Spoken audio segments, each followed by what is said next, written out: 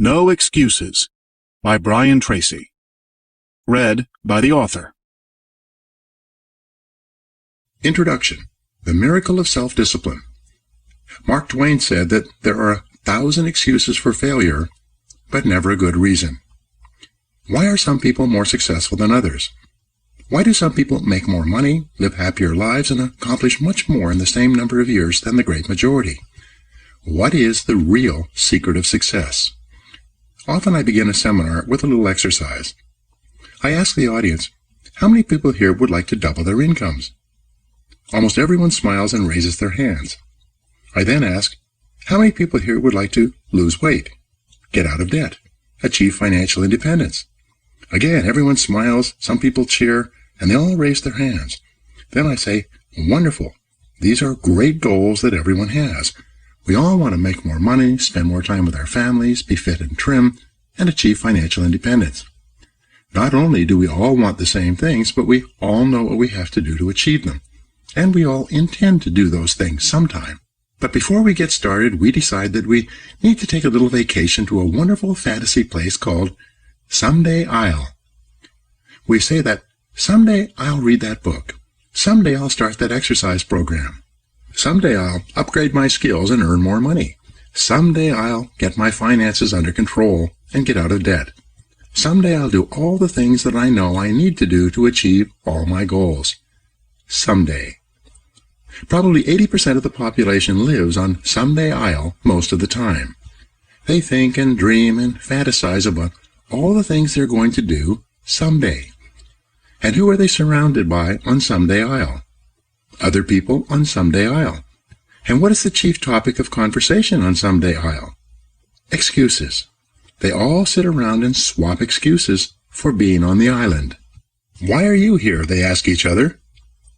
And, not surprisingly, their excuses are largely the same. I didn't have a happy childhood. I didn't get a good education. I don't have any money. My boss is really critical. My marriage is no good. No one appreciates me. Or, the economy is terrible. They have come down with the disease of excusitis, which is invariably fatal to success. They all have good intentions, but as everyone knows, the road to hell is paved with good intentions. The first rule of success is simple. Vote yourself off the island. No more excuses. Do it or don't do it, but don't make excuses. Stop using your incredible brain to think up elaborate rationalizations and justifications for not taking action. Do something. Do anything. Get on with it. Repeat to yourself, if it's to be, it's up to me. Losers make excuses. Winners make progress. Now, how can you tell if your favorite excuse is valid or not? It's simple. Look around and ask, is there anyone else who has my same excuse who is successful anyway? When you ask this question, if you're honest, you'll have to admit that there are thousands and even millions of people who've had it far worse than you, who have gone on to do wonderful things with their lives. And what thousands and millions of other people have done, you can do as well, if you try. It's been said that if people put as much energy into achieving their goals as they spend making up excuses for failure, they would actually surprise themselves. But first, you have to vote yourself off the island. Very few people start off with many advantages. Personally, I did not graduate from high school. I worked at laboring jobs for several years. I had a limited education, limited skills, and a limited future. And then I began asking that question. Why are some people more successful than others? This question changed my life. Over the years, I've read thousands of books and articles on the subjects of success and achievement. It seems that the reasons for these accomplishments have been discussed and written about for more than 2,000 years in every conceivable way. One quality that most philosophers, teachers, and experts agree on is the importance of self-discipline. Discipline is what you must have to resist the lure of excuses. It is self-discipline that enables you to vote yourself off the island. It is the key to a great life, and without it, no lasting success is possible. The development of self-discipline changed my life, and it will change yours as well. By continually demanding more from myself, I became successful in sales and then in management. I caught up on my schooling and took an MBA degree in my 30s, which required thousands of hours of determined study. I imported Suzuki vehicles into Canada before anyone else, set up 65 dealerships, and sold $25 million worth of the vehicles. And this is all after I had started with no knowledge of the industry. What I had, however, was the discipline and determination to learn what I needed to know, and then to apply and do what I needed to do. I got into real estate development with no knowledge or experience, applied the power of discipline, which was then backed by hundreds of hours of work and study. I then went on to build shopping centers, industrial parks, office buildings, and residential subdivisions. With self-discipline, I have built successful businesses in training, consulting, speaking, writing, recording, and distribution. My audio and video programs, books, seminars, and training programs have sold more than $500 million worth in 36 languages in 54 countries. Over the years, I've consulted for more than 1,000 companies and trained more than 5 million people in live seminars and talks. In every case, the practice of self-discipline has been essential to my success. I discovered that you can achieve almost any goal you set for yourself if you have the discipline to pay the price, to do what you need to do, and to never give up. So who should read this book? This book is written for ambitious, determined men and women who want to achieve everything that is possible for them in life. It is written for people who are hungry to do more, to have more, and to be more than they ever have been before. Perhaps the most important insight of all with regard to success is that to achieve greatly, you must become a different person. It is not the material things you accomplish or acquire that matter so much as it is the quality of the person that you must become to accomplish well above the average. The development of self-discipline is the high road that makes everything possible for you. This book will serve as your step-by-step guide to becoming a remarkable person who is capable of making remarkable achievements. A chance encounter reveals the reason for success. Some years ago, I was attending a conference in Washington, D.C. During the lunch break, I was eating at a nearby food fair. The area was crowded, so I sat down at the last open table by myself, even though it was a table for 4. A few minutes later, an older gentleman and a younger woman who appeared to be his assistant came along, carrying trays of food and obviously looking for a place to sit. Having lots of room at my table, I immediately arose and invited the older gentleman to join me. He was hesitant, but I insisted. Finally, he sat down quite thankfully, and we began to chat over lunch. It turned out that his name was Kopmeyer. As it happened, I immediately knew who he was. He was a legend in the field of success and achievement. Kopmeyer had written 4 best-selling books, each of which contained 250 success principles that he had derived from more than 50 years of research and study. I had read all 4 books from cover to cover, each more than once. After we had chatted for a while, I asked him the question that many people in this situation would ask. Of all the 1,000 success principles that you have discovered, which do you think is the most important?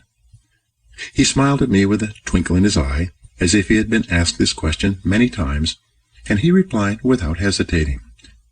The most important success principle of all was stated by Albert Hubbard, one of the most prolific writers in American history, at the beginning of the 20th century.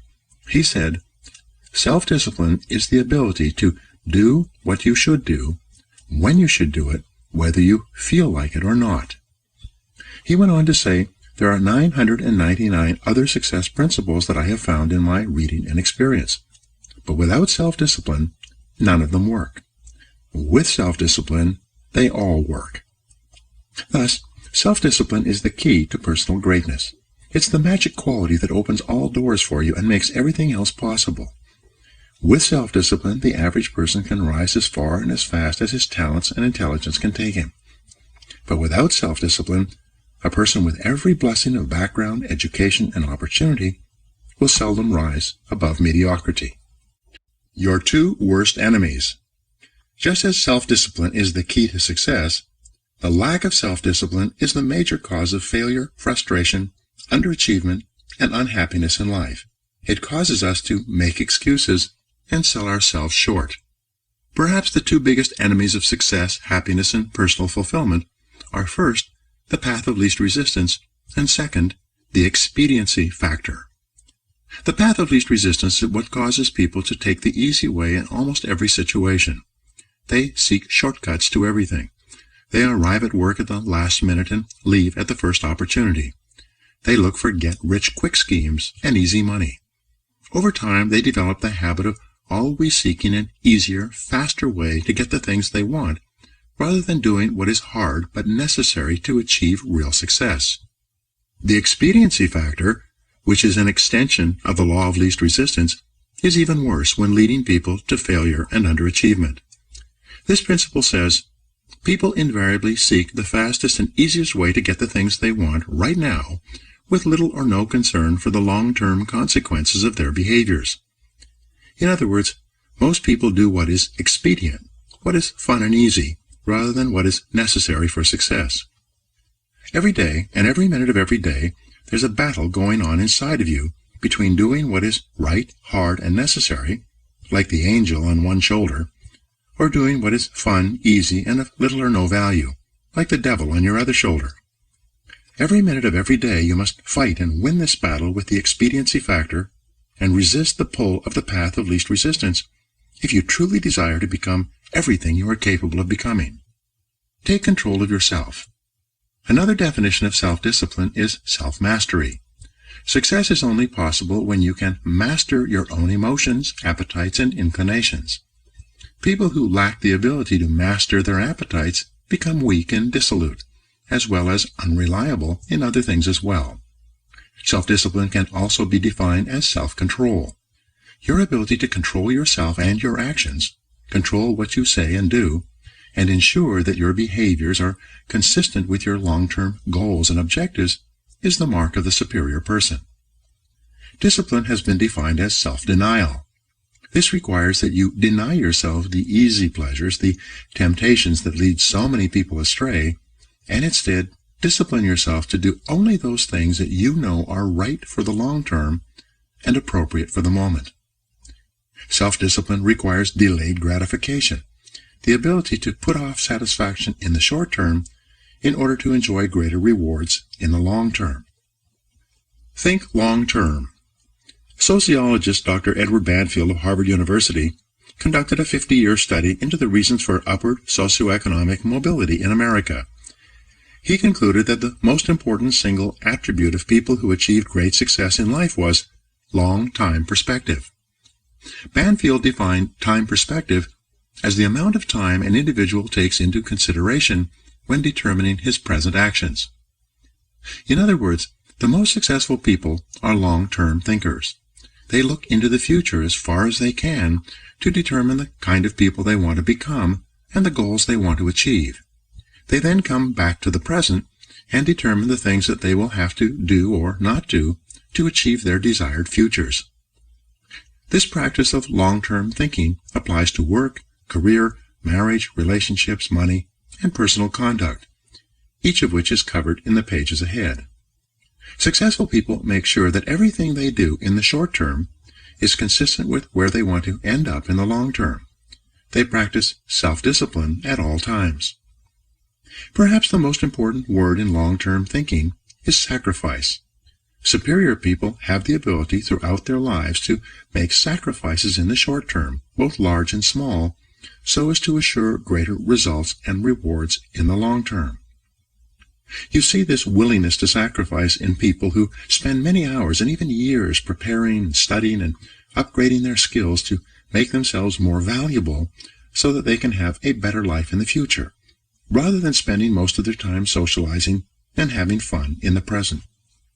Longfellow once wrote, "Those heights by great men won and kept were not achieved by sudden flight, but they, while their companions slept, were toiling upward in the night." Your ability to think, plan, and work hard in the short term, and to discipline yourself to do what is right and necessary before you do what is fun and easy, is the key to creating a wonderful life for yourself. Your ability to think long-term is a developed skill. As you get better at it, you become more able to predict with increasing accuracy what is likely to happen to you in the future as the result of your actions in the present. This is a quality of the superior thinker. Short-term gain can cause long-term pain. There are two laws that you fall victim to when you fail to practice self-discipline. The first is called the law of unintended consequences. This law states that the unintended consequences of an action can be far worse than the intended consequences of that behavior because of a lack of long-term thinking. The second law is the law of perverse consequences, which says that a short-term action aimed at immediate gratification can lead to perverse or the opposite consequences from those at which it was aimed. For example, you might make an investment of time, money, or emotion with the desire and intent to be better off and happier as a result. But because you acted without carefully thinking or doing your homework, the consequences of your behavior turned out to be far worse than if you had done nothing at all. Every person has had this experience, and usually more than once. The common denominator of success. Herbert Gray, a businessman, conducted a long-term study searching for what he called the common denominator of success. After 11 years, he finally concluded that the common denominator of success was that successful people make a habit of doing the things that unsuccessful people don't like to do. And what were these things? It turned out that the things that successful people don't like to do are the same things that failures don't like to do either. But successful people do them anyway, because they know that this is the price they will have to pay if they want to enjoy greater success and rewards in the future. What Gray found was that successful people are more concerned with pleasing results, whereas failures were more concerned about pleasing methods. Successful, happy people were more concerned with the positive, long-term consequences of their behaviors, whereas unsuccessful people were more concerned with personal enjoyment and immediate gratification. Motivational speaker Dennis Waitley has said that the top people were those who were more concerned with activities that were goal-achieving, whereas average people were more concerned with activities that were tension-relieving. Dinner before dessert. The simplest rule in the practice of self-discipline is to eat dinner before dessert. In a meal, there is a logical order of dishes, and dessert comes last. First, you eat the main courses and clean your plate. Only then do you have dessert. There's a cute but misleading bumper sticker that says, "Life is short, eat dessert first." Just think about what would happen if you came home from work and instead of eating a healthy dinner, you ate a large piece of apple pie with ice cream. What kind of appetite for healthy, nutritious food would you have afterward? With all that sugar in your stomach, how would you feel? Would you feel re-energized and eager to do something productive? Or would you feel tired and sluggish and ready to write off the day as largely finished? You get the same result when you go for a drink or two after work and then come home and turn on the television. These are simply different forms of dessert that largely eliminate your ability to do anything useful for the rest of the evening. Perhaps the worst part of all is that whatever you do repeatedly soon becomes a habit, and a habit once formed is hard to break. The habit of taking the easy way, of doing what is fun and enjoyable, or eating dessert before dinner, becomes stronger and stronger, and it leads inevitably to personal weakness, underachievement, and failure. The habit of self-discipline. Fortunately, you can develop the habit of self-discipline. The regular practice of disciplining yourself to do what you should do, when you should do it, whether you feel like it or not, becomes stronger and stronger as you practice it. You simply refuse to make excuses. Bad habits are easy to form, but hard to live with. Good habits are hard to form, but easy to live with. And, as Goethe said, everything is hard before it's easy.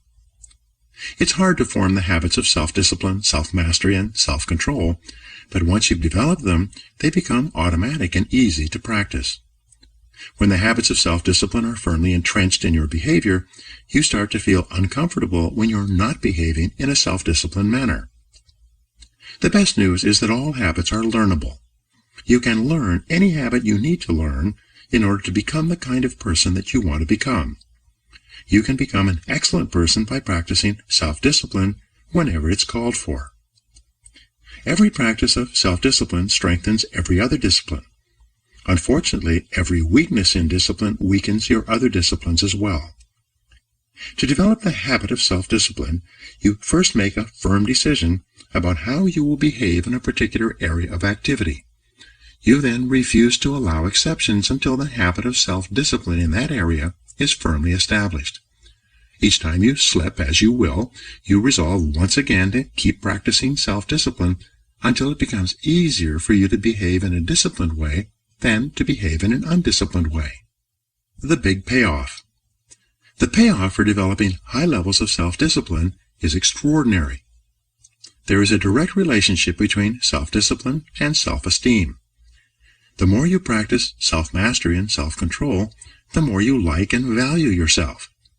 The more you discipline yourself, the greater is your sense of self-respect and personal pride. The more you practice self-discipline, the better is your self-image. You see yourself and think about yourself in a more positive way. You feel happier and more powerful as a person.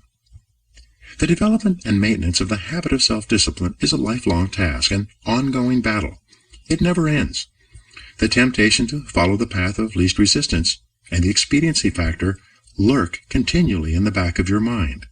They are always waiting for an opportunity to pounce, to lead you astray into doing what is fun, easy, and unimportant, rather than what is hard, necessary, and life-enhancing. Napoleon Hill concluded his best-selling book of the same name by saying that self-discipline is the master key to riches. Self-discipline is the key to self-esteem, self-respect, and personal pride. The development of self-discipline is your guarantee that you will eventually overcome all your obstacles and create a wonderful life for yourself. The ability to practice self-discipline is the real reason why some people are more successful and happy than others.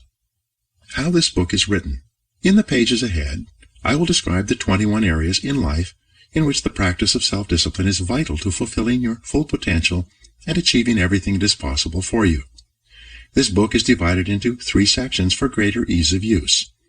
Part 1 is entitled Self-Discipline and Personal Success.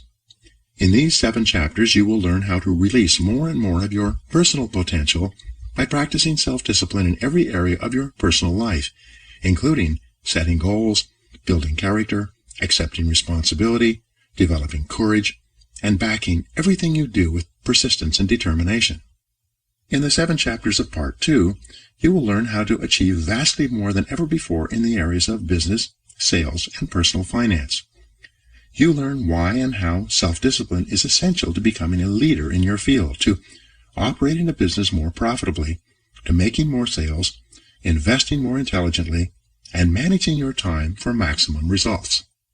Finally, in the 7 chapters of Part 3, you will learn how to apply the miracle of self-discipline to your personal life. You will learn how to practice self-discipline in the areas of happiness, health, fitness, marriage, children, friendship, and the attainment of peace of mind. You will learn how to enhance the quality of your life and your relationships in every area. In each chapter, I will show you how you can incorporate higher levels of self-discipline and self-mastery into everything you do. In the pages ahead, you will learn how to take complete control over your own personal and professional development and how to become a stronger, happier, more self-confident person in every area of your life that is important to you. You will learn how to break old habits that may be holding you back and how to develop the habits of self-reliance, self-determination, and self-discipline that will enable you to set and achieve any goal. You'll learn how to take complete control over your mind, your emotions, and your future.